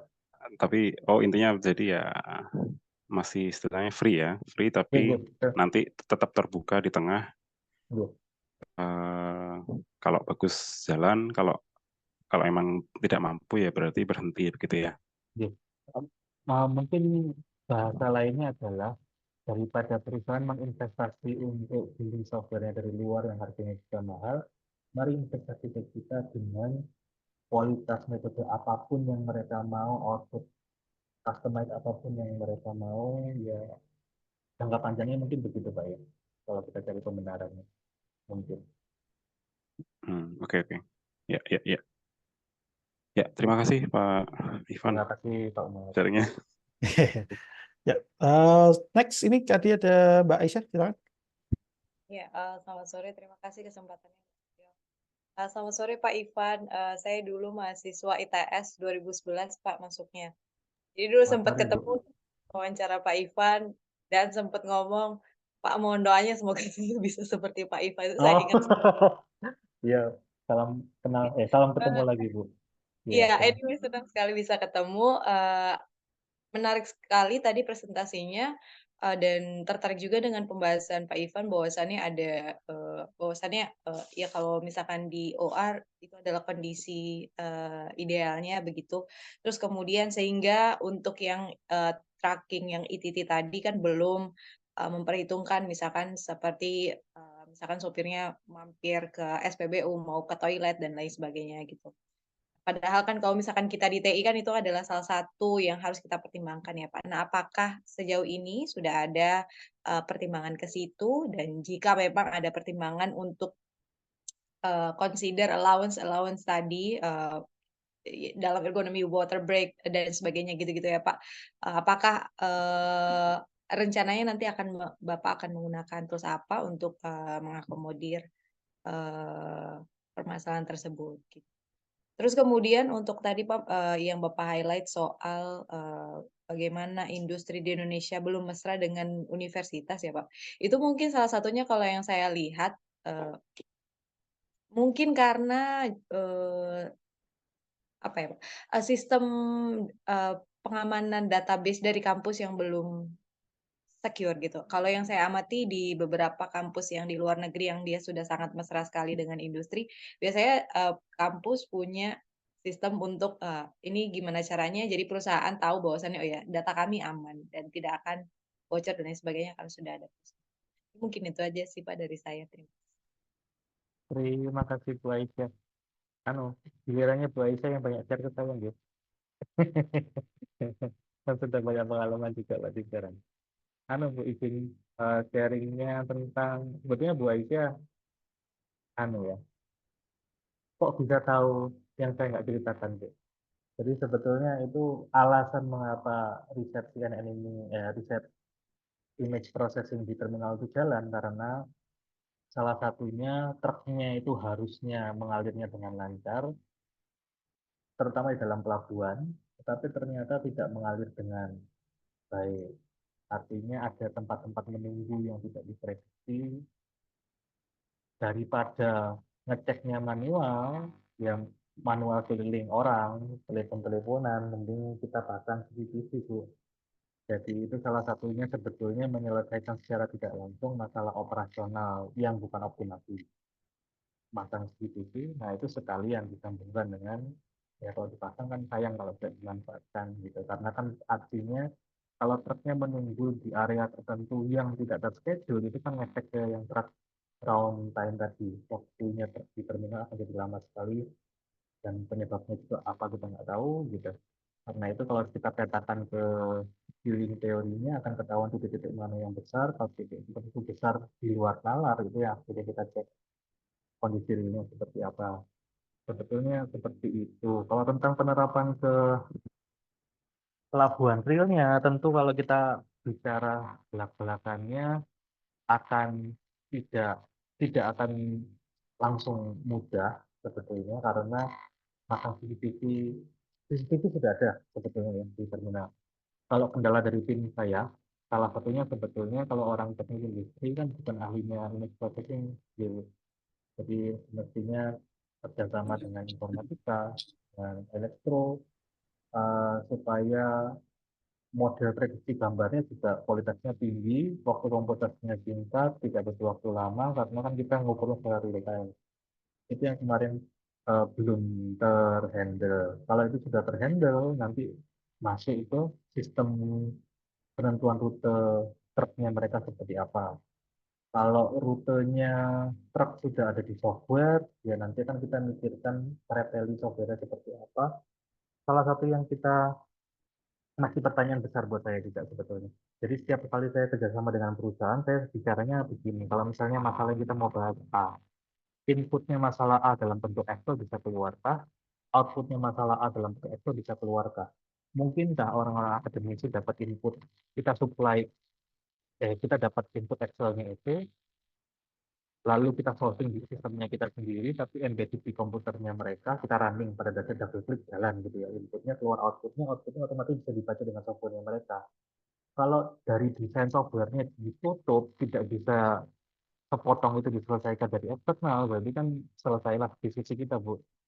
Sebetulnya. Jadi diskusinya akan dalamnya ke arah sana. Tapi ketika perusahaan, apalagi kalau yang develop orang internal dan bisa membuatkan sistem yang lepasan seperti itu, ya kita dengan senang hati bisa bantu. Sederhananya karena misalnya Python itu, yaitu dibuat .exe double click, inputnya apa, outputnya langsung keluar dalam formatnya mereka pun kita bisa hasilkan. Begitu. Tentang detail kelanjutannya memang kita belum bahas tuh. Kalau Bu Aisyah tertarik, monggo nanti saya kenalkan ke tim, Bu. Iya. Tertarik sebenarnya Pak, tapi wah saya sekarang belum bisa meluangkan waktu Pak. Iya, Bu. Nanti kalau waktunya sudah luang, Bu, monggo. Makasih Pak. Sama tentang tadi satu lagi apa nggih, Bu? Oh enggak, hanya komentar aja sih Pak Oh, soalnya betul-betul. Iya, sama Bu, iya, database. Bu. Terima kasih juga tambahannya, Bu. Iya. Silakan kalau masih ada satu pertanyaan mungkin. Mas Arya Zamal kalau nggak salah tadi sempat. Iya Mas, terima kasih banyak. Salam kenal juga Mas Ivan. Saya juga sama Mas pernah menghubungi Mas Ivan dulu saat mencari dokter. Iya, iya, Pak. Iya. Senang bisa ketemu. Ya Pak, jadi pertanyaannya selama sudah di Indonesia ini berarti kan udah mulai juga menjajaki kegiatan riset kolaborasi dengan industri juga Pak. Nah, kalau misalnya dilihat dari sisi di Indonesia ini sendiri, itu ada di fase mana kita dari sisi implementasi OR di industri gitu, dan kalau dari Pak Ivan sendiri ini strategi untuk ya misalnya tadi kan sudah ada beberapa ya, ada kita mulai memberikan pelatihan dan seterusnya juga ada pemberikan riset di website dan seterusnya. Nah, untuk peta di Indonesia sendiri bagaimana Pak dan potensinya seperti apa gitu. Dan kalau misalnya melihat dari industri yang kira-kira lebih bisa menjadi pionir lah untuk mengadop ini tuh di Indonesia kira-kira ada di sebelah mana Pak gitu. Terima kasih Pak Arya. Izin eh, coba jawab sedikit Pak. Jadi prinsipnya yang saya dan kebetulan saya baru semester ini boleh bimbing mahasiswa Pak. Nah waktu saya bimbing mahasiswa itu saya mewanti-wantinya ke saya dan ke tim mahasiswa jangan sampai kita berteori ria. Walaupun saya tidak berarti bilang salah ya, karena mungkin ke arah pengembangan model juga ada. Tapi saya prinsip yang ke arah akademisi sudah dalam tanda kutip terlalu jauh bagus pengembangan metodenya, industri jauh belum dalam tanda kutip. Sehingga mahasiswa saya itu kemarin kalau mereka yang cari kasus di industri secara helikopter view karena mungkin pengalaman itu kan masih kurang mendefinisikan kasus yang benar-benar industri tertentu. Jadi saya inisiatifnya datang ke perusahaan-perusahaan yang saya tahu Pak. Beberapa memang ada yang kenal, eh, berapa ada yang kenal. Ya kebanyakan yang ada kenalan di sana juga. Dan jajakannya saya akan bilangnya saya ya, persis seperti hari ini Pak. Jadi di Korea kolaborasi sangat besar seperti saya pengen seperti itu kita di Indonesia. Ya nggak bahas uang-uangan, pokoknya saya pengen mahasiswa kita menyelesaikan kasusnya industri. Industri berkembang pesat, kita juga belajar banyak. Intinya gitu aja. Satu saat waktu saya datang ke perusahaan, oh ya, kalau tentang pemilihan perusahaan, prinsipnya perusahaan yang mau kerjasama Pak, prinsipnya. Tapi kalau saya boleh bicara jujurnya, kalau kita bisa cari perusahaan yang cukup berpengaruh dan dihargai perusahaan-perusahaan lain, itu jauh lebih bagus buat sudut pandang saya. Karena ketika kita berhasil dengan pilot project ini, branding keluarnya sesuai tentu dengan seizin perusahaan, branding keluarnya bahwa kita berhasil menyelesaikan kasus perusahaan bekerjasama jangka panjang dan seterusnya, itu akan menarik anu suasana untuk kolaborasi yang sangat-sangat besar. Perusahaan besar aja ikut, kenapa kita enggak gitu ya Pak. Jadi saya sedang berusaha shifting dari misalnya ya ke perusahaan-perusahaan yang sangat besar supaya bisa lebih banyak yang dijangkau karena niatnya ke mengubah budaya. Eh, maaf Pak, tadi pertanyaannya kemana lagi Pak? Saya biasa begini Pak, suka ngomong. Eh, Ya terus sekarang kalau di Indonesia sendiri tadi sisi implementasinya tuh udah di Oh stage iya, yang mananya sih Pak? Apakah ya datanya tuh udah ya jelas lah tadi Bapak Jo sendiri betul bilang betul ya masih Excel segala macam. Nah betul sekarang betul. mungkin kalau betul. Nah, kalau yang dilihat secara ini gimana Pak? ya Pak. Saya kalau nawarkan ke perusahaan sekarang OR dengan machine learning Pak. Jadi kadang-kadang OR sendiri, kadang-kadang machine learning sendiri belum gabungkan. Dari OR memang belum banyak yang komentar karena kan penyelesaian OR sebetulnya banyak Pak ya, magang, tugas akhir itu kan sudah normal Pak. Belum bisa muncul responnya karena mungkin tahap penyelesaian dan tahap sharing codingnya belum keluar Pak. Tapi kalau mimpi jangka panjang saya adalah, dan saya tentu berharap Bapak Ibu kalau bisa bareng-bareng juga dengan senang hati, kita menyelesaikan kasus realnya definisinya perusahaan, kita menyelesaikan apapun sampai output Excel-nya pun format perusahaan, kita buat algoritma yang diterima perusahaan dalam artian kalau kita menawarkannya model matematis ke perusahaan dibandingkan rule seperti short processing time, greedy dan seterusnya, tentu perusahaan akan lebih paham yang greedy. Tidak ada gunanya dalam tanda kutip ketika kita kasih Firefly algorithm misalnya, lalu berharap perusahaan nanti akan paham cara kerjanya. Jadi nanti waktu di perusahaan yang sedang kita bahas juga kita tanya perusahaan ininya black box keluar hasil optimasinya. Cara validasinya adalah outputnya kita ketika dibandingkan dengan datanya mereka punya data historis, outputnya mereka juga ada. Ketika dibandingkan dengan itu, outputnya kita lebih bagus nggak? Kalau lebih bagus dan mereka terima black box ya silakan kita berikan coding seperti itu. Tetapi kalau ada tim di mereka yang mau mengembangkan, mau belajar coding atau sudah bisa coding, kita mau training jangka panjang juga dengan senang hati. Itu yang kita berusaha tawarkan. Jadi harapannya nanti perusahaan pun benar-benar paham dari sisi metode yang dipakai. Nah, saya membayangkannya ketika sudah sampai tahap kita berikan coding dan mereka jalan dan mereka yang awalnya manual misalnya ternyata jadi otomatis dan selalu baik, mereka akan mulai komentarnya berbeda. Oh iya, kenapa nggak dari dulu diotomasi seperti ini? Sekarang kita bisa bahas hal-hal yang lebih penting gitu. Harapannya begitu, Pak. Itu mungkin semoga 3-4 bulan lagi.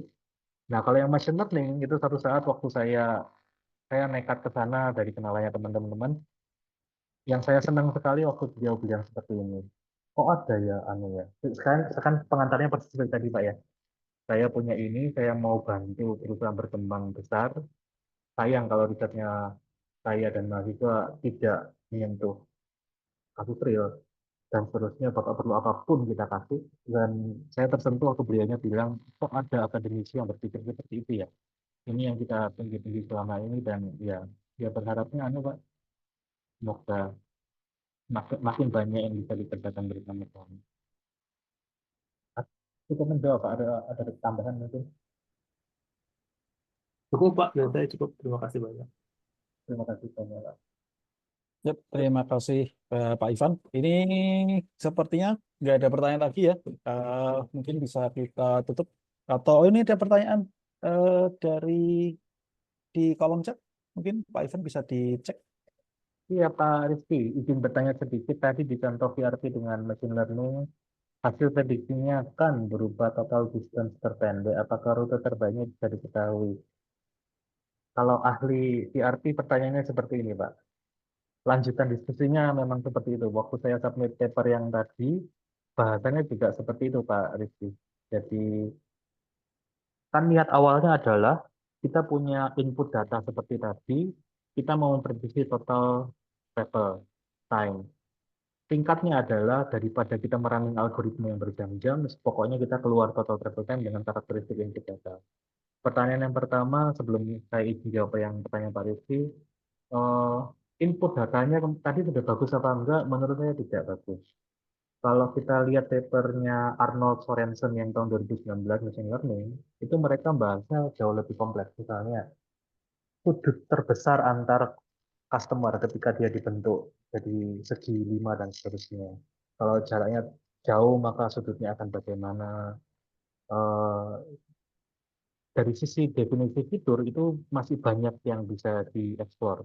Prinsipnya seperti itu kalau ngomong machine learning. Fiturnya semakin masuk akal, ya semakin bagus hasil prediksinya. Itu yang pertama. Tentang pertanyaan Pak Rizky, kalau pakai metode yang tadi, rumus yang tadi, paper yang tadi, itu tidak bisa tahu rute terbaiknya. Karena kalau machine learning kan dia hanya bicara inputnya seperti ini, outputnya seperti ini, maka hubungannya seperti apa. Tapi tidak bicara tentang fitur-fiturnya, rutenya. Jadi rutenya seperti ini, artinya tidak dibahas. Solusinya bagaimana? Kalau kita bicara rute terbaik itu kan berarti harusnya sebagai output Pak ya. Jadi kalau kita punya input seperti ini, harusnya rute terbaiknya itu seperti apa? Berarti harusnya dipikirkan desainnya untuk jadikan bagian outputnya. Eh, kalau sekali kita running, maaf saya ngomongnya agak kemana-mana Pak ya. Nanti kalau ada diskusi pertanyaan monggo. Secara umum machine learning sekali jalan itu kan outputnya cuma satu Pak ya, memprediksi satu nilai Y. Kalau misalnya rute terbaiknya itu rutenya seperti apa itu kita bisa definisikan sebagai beberapa output, ya kita running machine learning beberapa kali. Sehingga nanti bisa tahu, oh outputnya itu kalau outputnya ini, kalau digabungkan maka akan jadi rute lengkap. Kira-kiranya seperti itu salah satu yang bisa dikerjakan. Tapi kalau saya boleh share sedikit yang punyanya Arnold sama Sorensen, mereka bagusnya itu seperti ini. Eh, Mereka mirip dengan yang saya, jadi dia running VRP, tapi menyelesaikan pakai genetic algorithm. Hasilnya itu kan ada fitur-fitur rutenya tadi, Pak. Jadi fitur-fitur rutenya itu sudah ada, itu di training ke machine learning. Dari machine learning itu bisa buat urutan fitur mana yang penting. Misalnya, eh, yang paling dekat, yang paling penting itu sebetulnya kalau misalnya ada fitur jarak terjauh dari tiap pasar customer. Kalau misalnya itu salah, misalnya eh, jarak tempuh terjauh antar customer yang dikunjungi mobil. Kalau rutenya bagus kan pendek, Pak ya. Tapi kalau rutenya jelek kan berarti jarak terpanjangnya jauh sekali. Nah, misalnya itu jadi salah satu fitur yang terbaik, maka waktu kita desain algoritmanya akan mengutamakan minimasi fitur itu dulu. Jadi mereka list semua fitur yang penting, list yang paling penting itu dimasukkan ke desain algoritmanya mereka. Lalu dibuktikan algoritmanya giliran dengan mengutamakan fitur-fitur tadi ternyata memang hasilnya bagus. Itu salah satu yang mereka lakukan dan menarik. Jadi desain algoritmanya bukan meta heuristik yang dalam tanda kutip random, bukan algoritma yang berdasarkan pemikiran manusia mungkin step by step-nya, tetapi berdasarkan intelligence-nya machine learning. Yang lebih penting itu yang dimasukkan ke algoritma mereka.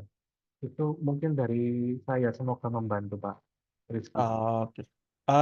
Izin menambah ya ke apa namanya diskusinya Pak Ivan ya, karena kebetulan saya juga banyak main di routing ya. Jadi kalau pertanyaannya adalah tentang apakah rute terbaiknya bisa diketahui, itu kan tergantung ya, makanya ke definisi rute terbaik itu seperti apa. Apakah maksudnya adalah optimal, maksudnya dari Pak Rizky, apakah yang dimaksud adalah optimal atau very optimal rute ya, rute yang paling optimal, yang sudah apa namanya, rute eksak ya, yang udah apa namanya, proven sebagai rute optimal. Nah itu most likely belum ya, karena balik lagi kita machine learning, ketika kita pakai machine learning untuk solving VRP misalnya seperti itu, ya balik lagi itu adalah heuristik gitu. Jadi adalah machine learningnya adalah part dari bagaimana kita membuat heuristik untuk sebuah problem gitu. Tapi kalau mungkin pertanyaan adalah apakah kemudian rute terbaik itu adalah rute yang corresponding dengan tadi rute dari hasil machine learning yang punya distance terpendek, pastinya ya. Berarti kan kita bisa tahu rutenya detailnya seperti apa, A, B, C, D, E sampai ke Z misalnya, atau E ke A ke B ke F dan so on kayak gitu. Tapi kalau tadi dengan machine learning ya balik lagi sebenarnya kita juga apa namanya, kita pakai machine learning ataupun kita decompose ataupun kita pakai yang sekarang lagi juga ramai kan kayak mat heuristik yang kita apa namanya, menggabungkan ya antara mathematical optimization jadi kayak exact method dengan heuristik ataupun meta heuristik, itu kan juga sebenarnya konsepnya kan juga itu kayak modular ya. Tetap aja kita pada akhirnya kita membuat sebuah heuristik seperti itu.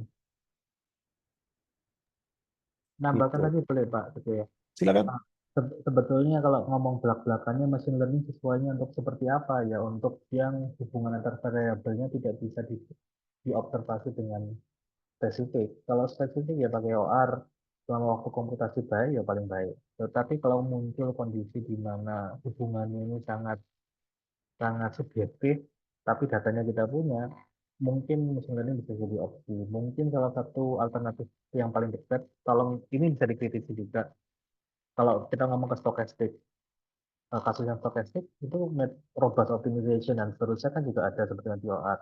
Tapi Benar. kalau machine learning mau ditandingkan dalam tanda kutip dengan stokastik mungkin akan baik juga karena prediksi ya stokastik apa efeknya seperti ini kalau dimasukkan machine learning siapa tahu bisa lebih baik daripada metodenya stokastiknya OR misalnya. Tapi kalau Nah, mau ngomong level yang lebih jauhnya lagi ya sesuatu yang hubungannya sangat kompleks. Kalau stokastik itu kan ngomong fitur satu satu fiturnya itu ya, travel time dan seterusnya. Tapi kalau ada hubungan travel time dengan ini, rasanya kalau dimodelkan di OR belum ada ya. Travel time-nya sekian, maka nanti parameter apa nilainya akan sekian dalam satu model yang sama. Nah, tolong dikoreksi juga kalau ada. saya pribadi belum lihat sih ya, saya belum lihat literaturnya ya. Cuman kalau misalkan dalam konteksnya root apa machine learning dan kemudian untuk uncertainty itu, handle uncertainty kan kita sekarang lumayan banyak yang saya lihat pakai machine learning dikombin sama Markov decision process ya. Jadi kayak tiap satu decision kita pakai apa namanya reinforcement learning teknik untuk apa Q-learning ataupun yang lain untuk buat keputusan. Jadi kayak oke, ketika apa namanya misalkan mobil gitu, kemudian mobilnya oke rutenya emergency, kita harus gimana, desainnya seperti apa kayak gitu. Dan ya itu satu area yang sekarang lagi naik daun lah ya dalam 5 tahun terakhir ini. Tapi yang tadi pertanyaan saya yang terakhir memang belum ada kan Pak? Misalnya kita punya tipenya travel time dengan arrival time-nya customer. Ketika travel time-nya akan angkanya sekian, maka nanti efeknya ke arrival time-nya atau time window-nya customer itu akan pendek otomatis. Ya ini hubungannya nggak masuk akal tuh. Tapi misalnya ada hubungan faktor tertentu nilainya mempengaruhi ini, itu belum ada di OR kan Pak ya? Kayaknya belum ya, cuman nggak tahu ya kalau akhir-akhir ini ada update kan lumayan kenceng nih setelah pandemi ini. Ya Ini itu Pak. ada Ada sih, udah ada sih Ngomong-ngomong. Pak. ada Oh ya? ada Pak? Izin nambahin ya, ada Pak, Boleh udah boleh. ada. Jadi ada teman saya kebetulan yang lagi di grup juga, dia nggak pakai ORT, emang lebih ke stokastik sih itu, Nah, penelitiannya di masalah stokastik. Jadi memang kalau kita nyari sebetulnya saat saat si vehicle-nya dia mau di dispatch, nah itu ditentukan dengan kira-kira mau di-assign ke time window yang mana gitu. Jadi itu udah ada juga. Dan time window-nya apakah panjang atau pendek juga ngelihat si request-nya tuh datang saat kapan itu. Request-nya datang saat kapan, langsung dilihat ini mau di-assign ke time windows yang mana gitu. Ada ini Pak Arya yang literatur yang bisa di-share Pak. Boleh, Step by boleh. step. Saya share di ini ya, sebentar. Boleh terima kasih. ini ada apa namanya Pak Ivan, ini ada komentar dari Pak Mubarak Ahmad di kolom komentar, mungkin bisa dicek. Ya, Pak Ahmad Mubarak ini bos saya Pak di komunitas machine learning-nya Indonesia, Korita Pak. Ya, salam, selamat sore Pak Ahmad. Saya izin bacakan ya. Salam semangat dan kolaborasi Mas Ivan. Izin share mengenai industri dan akademisi. Rata-rata hambatan pada kementerian industri yang agak menjadi kendala adalah ERP antara industri dan akademisi dalam penyesuaian proses bisnis pihak industri itu sendiri. Karena akademisi lebih duluan, high value, lebih baik menyesuaikan kebutuhan saat ini pada perusahaan. Seperti kasus Dermasa harusnya berkolaborasi dengan Kemenhub sebagai pengampu Dermasa, LNSG, Kemenkeu sebagai pengampu perizinan serta pemangku industri logistik. Semoga kedepannya para akademisi dan pihak kampus dapat mencoba MOU dengan Litbang Biro Perencanaan Kementerian dan Lembaga. Terima kasih banyak Pak Bos Ahmad. Iya, masukan bagus saya rasa untuk kolaborasi dengan bagian Litbang. Lalu iya, kalau saya prinsipnya mengajak Bapak Ibu juga menanggapi yang Pak Ahmad sampaikan. Prinsipnya kan kita membuka komunikasi dan ngomong hati ke hati, lebih banyak mendengarkan sehingga paham yang partner yang kita bisa tawarkan apa yang bisa dikolaborasikan mungkin. Terima kasih banyak Pak Ahmad.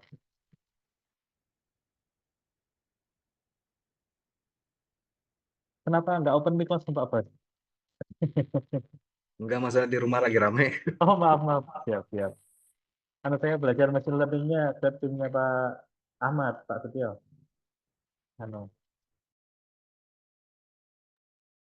Oke, ya terima kasih banyak Pak Ahmad untuk tanggapannya. Mungkin bisa ada komentar lagi satu sebelum kita tutup. Saya mungkin mau komentar sedikit. Silakan Pak Dikdo. Ya, halo Prof, apa kabar Prof Ivan? Mari Bro, monggo. Ya, ya saya mau mungkin sedikit mengomentari dari sisi tracking. Tracking di Indonesia ini belum ada guidance loh, Prof. Jadi itu menjadi satu variabel yang perlu diperhitungkan juga. Itu ya kalau kita mau mau transformasi dirubah gitu ya. Jadi saya juga membaca Pak Ahmad tadi ya komennya. Kalau di dunia marine yang pernah saya jalani ya Prof Ivan, dulu kita 93 operational di Klanis di Kalimantan Tengah itu bermasalah dengan izin. Masalah dengan izin, dan kita pikirin dengan bagaimana nih sistem antrian yang benar gitu. Sistem antrian karena kapal perlu izin ini itu. Akhirnya kita putuskan nggak kontrak perusahaan per perusahaan, Prof Ivan. Ya, karena mohon maaf, di marine industri itu kan udah ada payung hukumnya ya, kontraknya jelas ya, freight charter. Jadi kalau kita berbicara di pelabuhan, ya udah kita keroyok aja sebanyak-banyaknya gitu Prof Ivan. Jadi nggak ada kendala untuk sistem antrian di pelabuhan. Nah, yang saya lihat di Tanjung Priuk itu karena apa? Perusahaan-perusahaan, dan itu nggak ada guidance. Sampai saat ini nggak ada guidance-nya itu untuk tracking di Indonesia. Mungkin kalau di luar negeri ada, Bro. Di Amerika, di mana udah ada guidance mengenai tracking. Ya, tadi mengomentari juga mengenai saving matrix. Ya, saving matrix ya, Prof. Apa namanya? Tergantung dari depot ya, dari parameternya apa gitu. Mau yang apa kapasitas ya, rute terbaik secara kapasitas atau rute terbaik secara distance atau secara ya macam-macam. Tadi Prof bilang kan ada parameter macam-macam. Jadi mau dari mana nih dilihatnya gitu kira-kira. Saya kira itu Prof kalau kita berbicara mengenai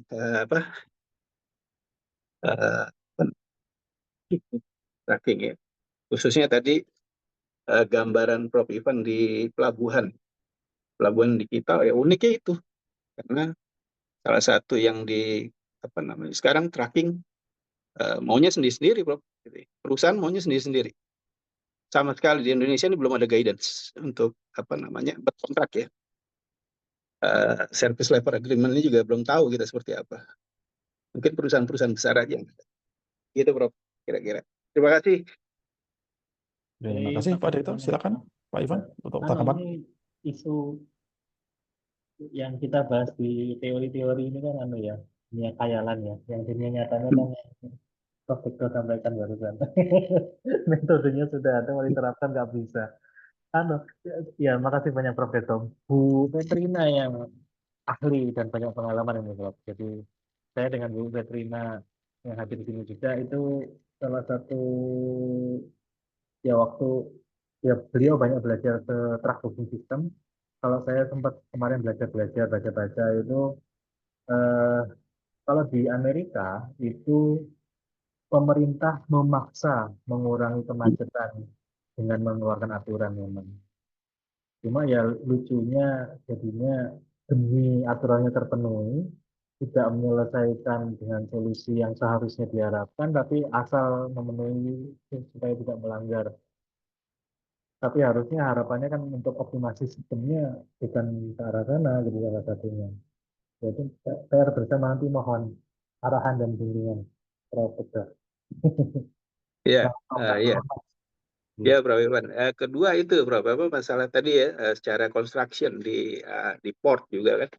Misalnya pedestal crane yang besar dan lain-lain itu ya apa namanya elevasi loading. Wah, itu banyaklah mengefeknya. Dulu kita terapkan di Arutmin di Kalimantan Selatan, Prof. Kita akhirnya kerahkan apa namanya staff discharge ya. Jadi nggak ada lagi bongkar muat pakai self discharge bars ya dulu waktu itu kita pakai. Tapi karena ini muatannya curah, tadi kasusnya Prof Ivan yang saya lihat kan kontainer. Nah itu aja sedikit apa namanya diskusi, Prof. Masih. Menarik. Terima kasih banyak Prof. Jadi, usul Pak Setio, setelah kita mendevelop solusi yang bagus, kita mengundang Prof. Setio untuk mengaplikasikan. Strateginya bagaimana? Amin. Sama Pak Ahmad. Mantap. Final discussion. Terima kasih, Prof. Ya, terima kasih Pak Direktur, terima kasih Pak Ivan. Oke, mungkin ya karena waktunya sudah tembus nih ya, jadi kita tutup ya Pak Ivan. Iya, monggo Pak. Terima Siap, kasih. terima kasih. Maaf, mic-nya mati, Pak. Dan mungkin dari Ya, saya Pak. pribadi dan Pak Mas Armi Azamal, kami dari berdua dari yang ngurusin OPSIT ya. Jadi tadi nyambung sedikit dengan apa namanya yang dibilang oleh Pak Ivan ya di materinya di terakhir tadi. Jadi tentang apa namanya menemukan environment yang Pak Ivan menemukan environment yang tepat ya. Dan itu kan untuk teman-teman yang masih muda, saya tahu beberapa teman di sini masih S1 atau S2 gitu.